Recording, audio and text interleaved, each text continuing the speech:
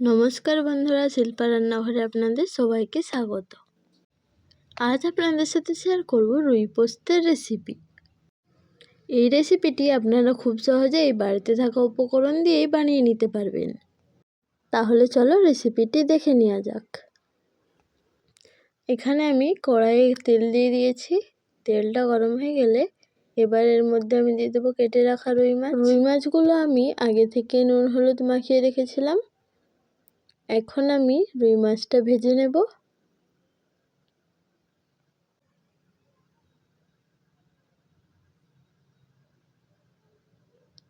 মাছগুলো ভালোভাবে উল্টে পাল্টে ভেজে নিতে হবে।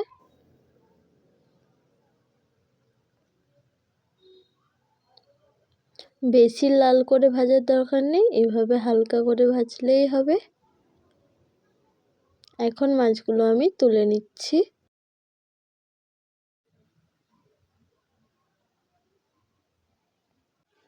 আবারও আমি কড়াইয়ের মধ্যে দিয়ে দিয়েছি সরষের তেল। এখানে সরষের তেলই ব্যবহার করার চেষ্টা করবে। এবার এর মধ্যে আমি দিয়ে দিলাম কালো জিরে। এখানে আমি তেলের উপরে দিয়ে দিয়েছি কেটে রাখা পেঁয়াজ টমেটো। দেখো এখানে আমার পেঁয়াজ আর টমেটোটা ভাজা হয়ে গেছে। এবার এর মধ্যে আমি দিয়ে দিচ্ছি আদা বাটা। আদার সাথে আমি সামান্য জলও দিয়েছি। এবার এটা আমি ভালোভাবে মিশিয়ে নিচ্ছি। এবার এর মধ্যে আমি দিয়ে দেব নুন।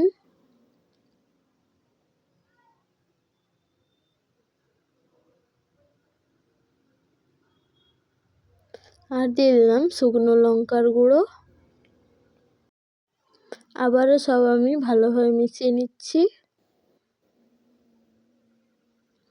মশলাটা আমি একটু ভেজে নিচ্ছি।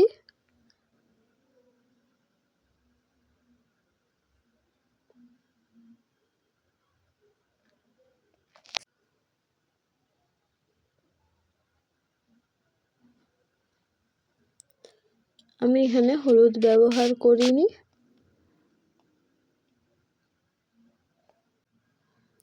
দেখো মশলাটা আমার এখানে ভাজা হয়ে গেছে।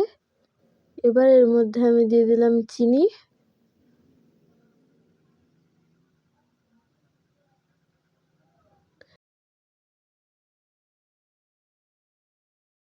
এবার আমি এর মধ্যে দিয়ে দিলাম পোস্ত বাটা। পোস্তটা আমি মশলার সাথে ভালোভাবে মিশিয়ে নিচ্ছি। পোস্তটা ভাজার দরকার নেই, আমি শুধু মশলার সাথে মিশিয়ে নিচ্ছি। এবার এর মধ্যে আমি দিয়ে দেব জল।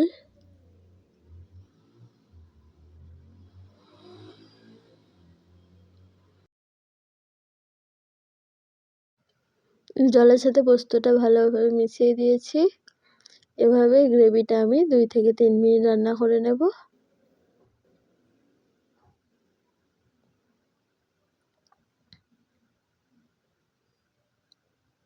তো দেখো গ্রেভিটা আমার অনেকটাই গাঢ় হয়ে এসছে। এবার এর মধ্যে আমি দিয়ে দেব ভেজে রাখা মাছগুলো।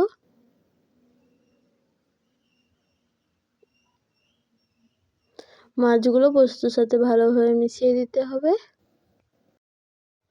এভাবেই আমি 2 থেকে 3 মিনিট আরও এটা রান্না করে নিচ্ছি।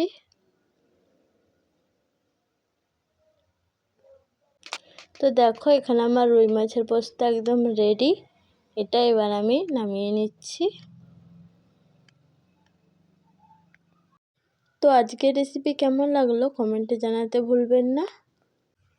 আর আমার নিত্য নতুন রান্না সবার আগে দেখতে অবশ্যই চ্যানেলটিকে সাবস্ক্রাইব করে দিবেন। ধন্যবাদ, দেখা হবে নেক্সট কোনো ভিডিওতে।